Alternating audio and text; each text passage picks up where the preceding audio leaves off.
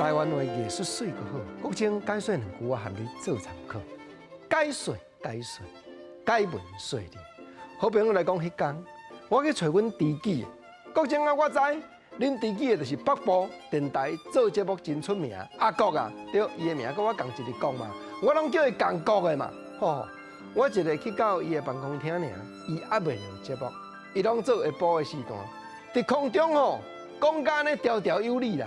讲我阿国啊，伫遮咧做节目，徛单做生意，我看人袂用牵钱，袂共分大细汉，尤其吩咐代志，我袂使派。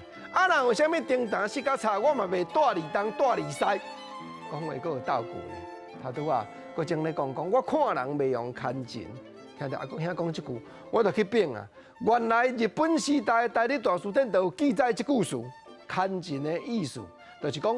牛长大时摕扫啊来比，啊若看人用牵钱呢，当然就是共分官家，共分大细汉，毋才讲到这牵钱。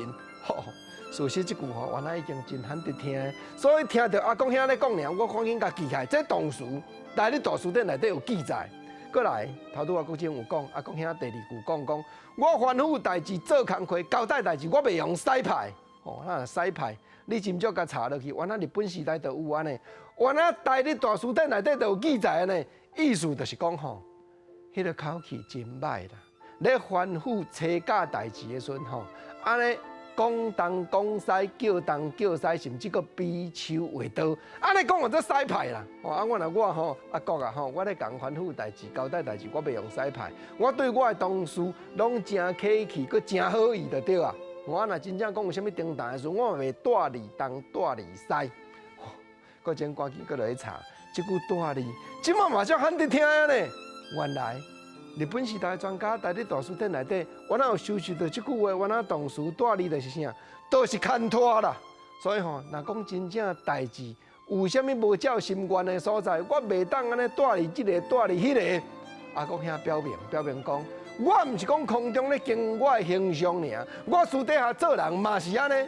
结果因为国政啊去坐伫个办公厅，互伊看到，所以叫我入去空中甲赞声讲，无你叫阮知己的国政啊来证明，我国啊做人真正一粒一个啦。